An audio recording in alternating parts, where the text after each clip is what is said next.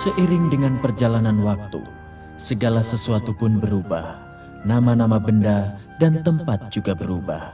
Demikian halnya yang terjadi dengan negeri Al-Ahqaf, yaitu negeri yang terletak antara Yaman dan Hadramaut. Negeri yang dikelilingi dengan pegunungan yang terjal dan jurang-jurangnya yang curam, yang terbentang luas di sekitarnya padang pasir yang tak berujung. Sepeninggal Nabi Nuh alaihissalam, datanglah bangsa Ad dan menempati negeri itu. Mereka berbadan besar, gagah, dan memiliki bala tentara yang tak terkalahkan.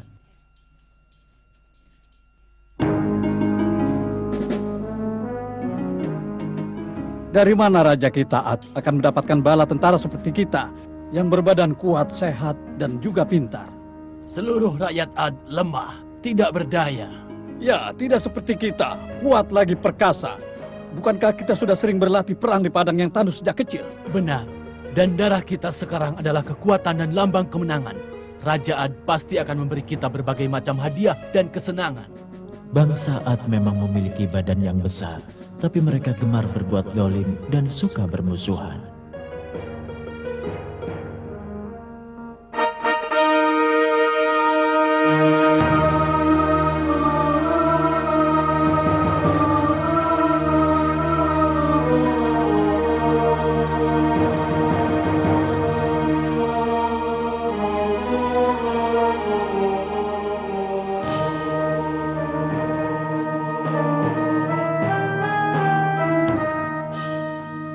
Hai, tunggu.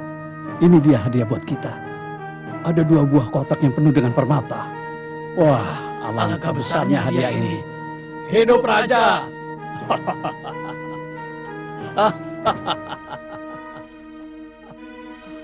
Kemenangan akan selalu ada di tangan kita. Bukankah kita bangsa yang paling kuat di muka bumi? Semoga kejayaan selalu bersamamu, wahai Raja Ad yang Maha Agung. Kekallah kerajaanmu, wahai Raja yang mulia. Mari kita berterima kasih kepada Tuhan Yang Maha Esa. Perintahmu, wahai Tuanku. Kemarilah, kemarilah. Kalian berdua akan mendapatkan hadiah yang besar.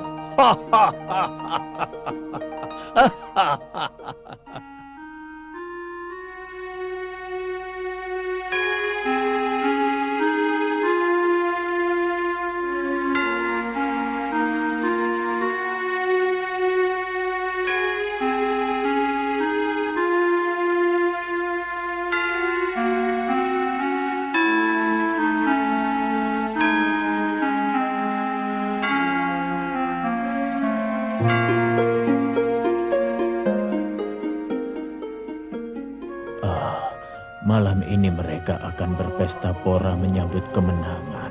Di depan Tuhan-Tuhannya, mereka berpesta pora.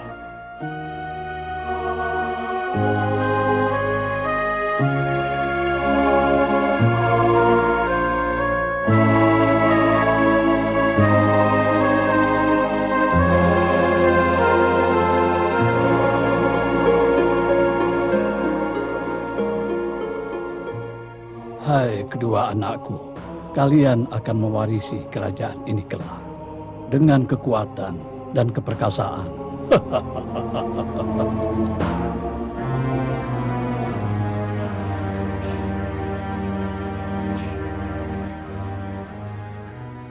Pesta kemenangan itu memang meriah, tapi apakah Tuhan-Tuhan ini yang berperang lalu menang? Atau apakah bala tentara yang kuat dan setia dengan Raja Ad?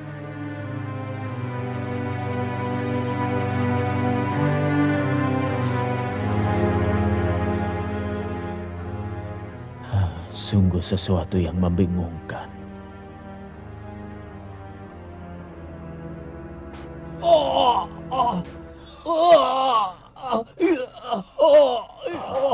Sungguh kasihan budak-budak itu.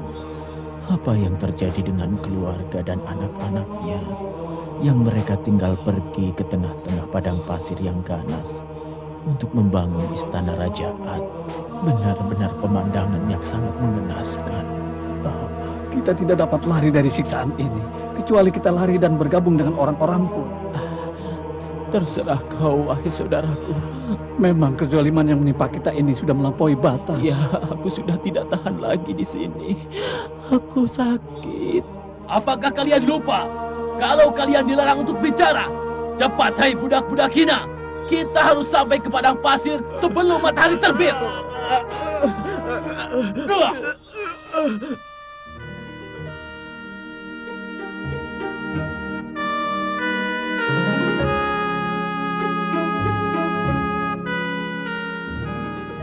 Apakah kalian melihat Hud? Ya, dia ada dalam gua. Beribadah sejak dari pagi kepada Tuhannya. Lihat, ada seseorang sedang menuju kemari. Siapakah gerangan? Sepertinya dia seorang pendeta. Apa yang menyebabkan dia datang kemari? Selamat pagi, wahai saudaraku. Apa yang menyebabkanmu datang kemari, wahai pendeta? Aku mencari Hud. Hud? Kenapa? Apa yang kau kehendaki darinya? Tolong, antar aku ke sana.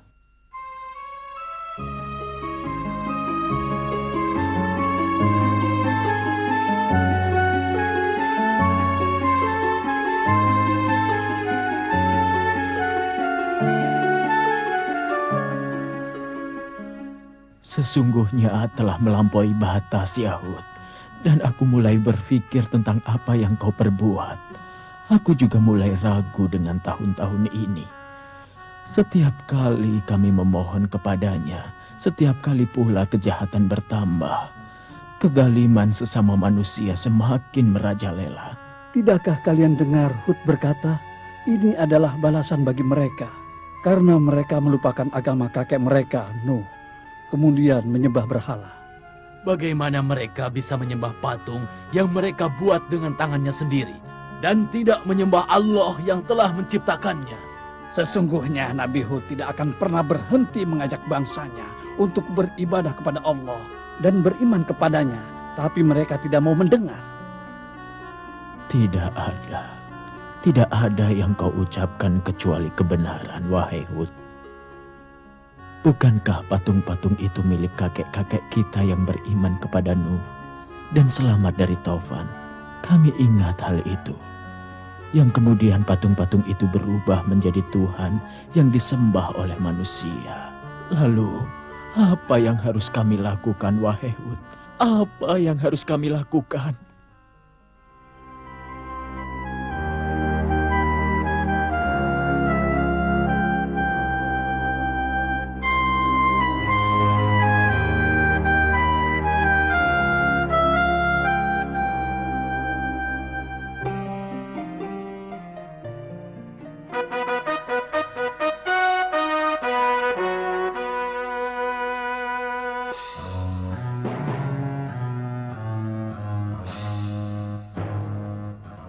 Wahai kedua anakku, pergilah ke raja-raja yang ada di muka bumi ini dan katakan bahwa kerajaanku adalah kerajaan yang paling besar. Baik, Ayahanda.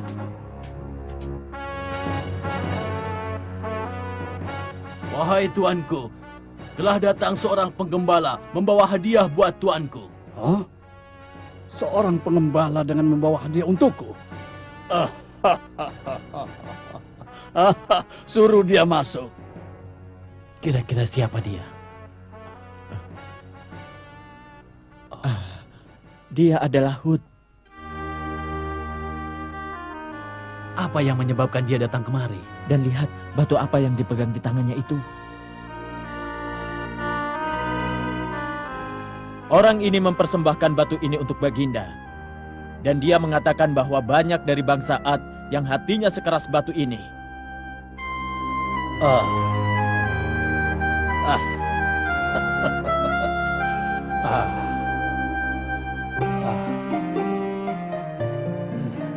Apakah orang ini mengatakan bahwa kita memiliki kaki yang sangat keras dan kuat seperti batu yang mulia ini? Luar biasa. Apa yang menimpa raja kita? Mengapa ia mengatakan bahwa batu itu mulia, padahal itu hanya cuilan batu pegunungan? Apa raja tidak memahami apa yang dimaksud oleh Hud dengan ucapannya itu? Ia mengatakan bahwa hati kita lebih keras daripada batu. Ini suatu penghinaan. Mungkin juga kalau raja belum mengenal Hud.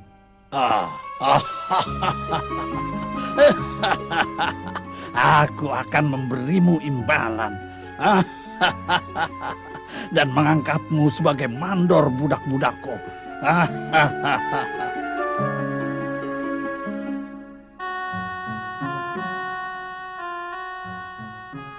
Kami sangat bersyukur kepada Tuhan karena telah mengutus kepada kami Nabi Hud. Kamu begitu baik kepada kami. Kamu memberi makan kami, ketenangan jiwa, dan nasihat-nasihat dengan lemah lembut. Kamu mengajak kami untuk menyembah Allah yang Maha Esa dan berpegang teguh dengan wasiat-wasiat kakek kami Nabi Nuh. Kami tidak menemukan di bangsa kami orang yang lebih adil dan lebih baik darimu. Budak-budak itu banyak mencintaimu, dan kamu mengajak mereka untuk beribadah kepada Allah dan meninggalkan Tuhan-Tuhan kami. Sekali-kali raja kami tidak akan memberikan ampunan dalam hal ini. Tunggu saja kalian.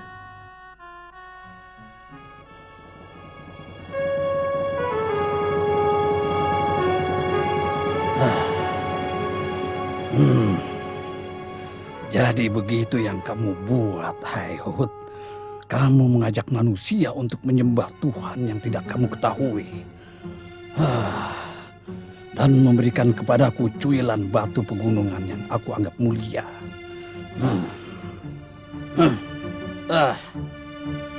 Bawa Hud kemari.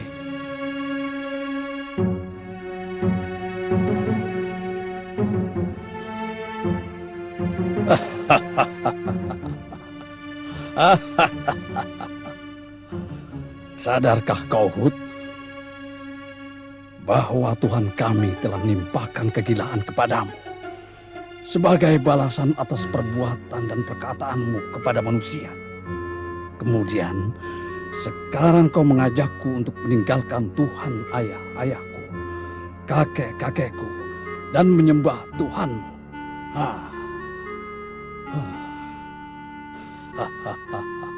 Dan kau katakan bahwa ajalku di tangannya.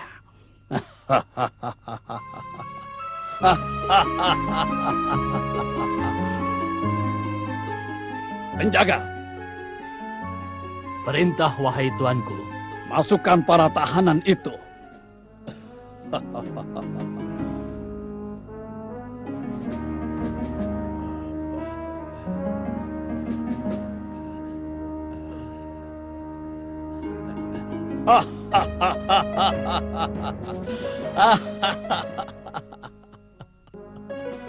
Lihatlah para tawanan itu, Yahud. Sesungguhnya ajal mereka di tangan kami. Kami akan membunuh mereka semua. Lalu suruhlah Tuhanmu untuk melarang kami dari membunuhnya. Ayo, bunuh mereka semua. Tunjukkan kekuatan dan perkasaan kalian kepada Hud. Baik yang mulia. Baik yang mulia. Jangan bersedih, wahai Hud. Engkau telah menyampaikan risalah Tuhanmu dengan amanat, dan engkau telah menasihati mereka. Belum merasa cukupkah? Mereka menyiksamu hingga kau mengucurkan darah. Bagaimana mereka bisa tega berbuat seperti itu? Tidakkah kamu mendengar bahwa Hud berkata, sesungguhnya Allah akan menimpakan bencana terhadap mereka dengan siksa yang dekat. Setelah Nabi Hud yakin bahwa bangsanya tidak mau meninggalkan berhala dan beriman kepada Allah, Nabi Hud berdoa agar Allah menimpakan bencana kepada mereka dengan paceklik dan kemarau. Allah mengabulkan doa Hud. Hujan pun tak kunjung turun hingga sungai-sungai menjadi kering. Tanaman-tanaman pun menjadi layu. Binatang-binatang ternak pun mati, sehingga mereka dalam keadaan yang menyedihkan selama bertahun-tahun.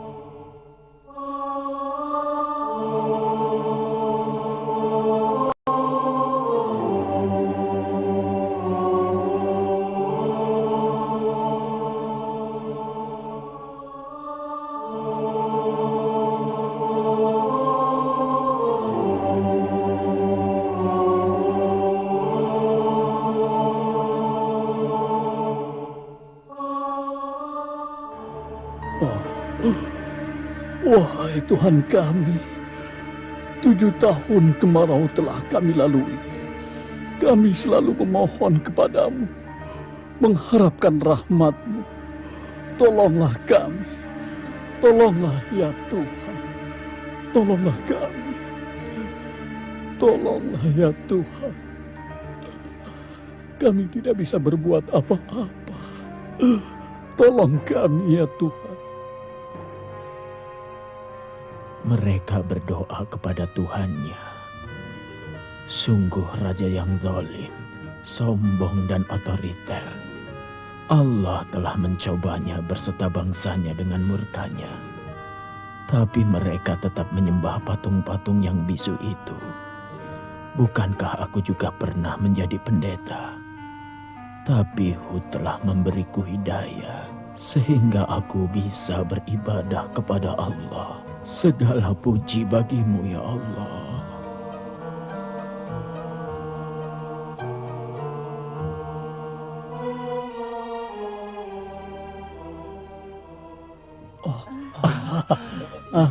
Hujan akan turun. Hujan akan turun. Iya, sepertinya sudah mendung. Tuhan telah mengabulkan doa kita. Awan sudah kelihatan bertanda akan turun hujan deras. Iya. Dalam waktu dekat, Allah akan mendatangkan siksa pada kalian. Demikian Nabi Hud berkata.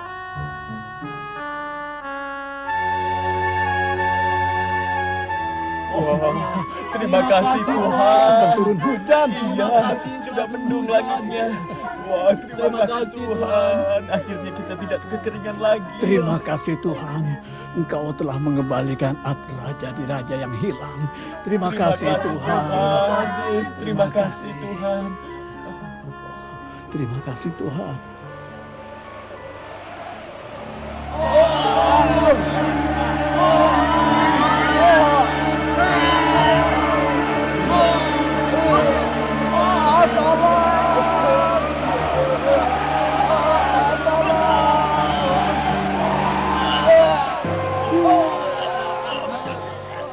Angin azab pun datang. Ia menghancurkan segala sesuatu yang ditabraknya. Segalanya berantakan. Selama 7 malam 8 hari, Tofan terus menghantam tiada hentinya. Hingga hancurlah bangsa Ad, dan selamatlah Hud dan orang-orang yang beriman bersamanya. Kemudian Nabi Hud menuju Hadrol Maut untuk meneruskan sisa hidupnya bersama orang-orang yang beriman dengannya. Bismillahirrahmanirrahim. ولما جاء أمرنا نجينا هودا والذين آمنوا معه برحمة منا ونجيناهم من عذاب غليظ وتلك عاد جحدوا بآيات ربهم وعصوا رسله واتبعوا أمر كل جبار عنيد وأتبعوا في هذه الدنيا لعنة ويوم القيامة ألا إن عادا كفروا ربهم ألا بعدا لعاد قوم هود صدق الله العظيم. Dengan menyebut nama Allah yang Maha Pengasih lagi Maha Penyayang. Dan tatkala datang azab kami selamatkan Hud dan orang-orang yang beriman bersama dia dengan rahmat dari kami. Dan kami selamatkan pula mereka di akhirat dari azab yang berat. Dan itulah kisah kaum Ad yang mengingkari tanda-tanda kekuasaan Tuhan mereka dan mendurhakai Rasul-Rasul Allah, dan mereka menuruti perintah semua penguasa yang sewenang-wenang lagi menentang kebenaran. Dan mereka selalu diikuti dengan kutukan di dunia, dan begitu pula di hari kiamat.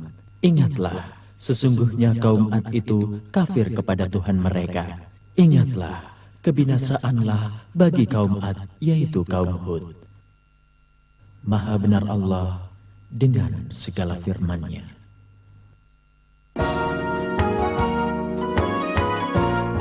Muhammad di akhir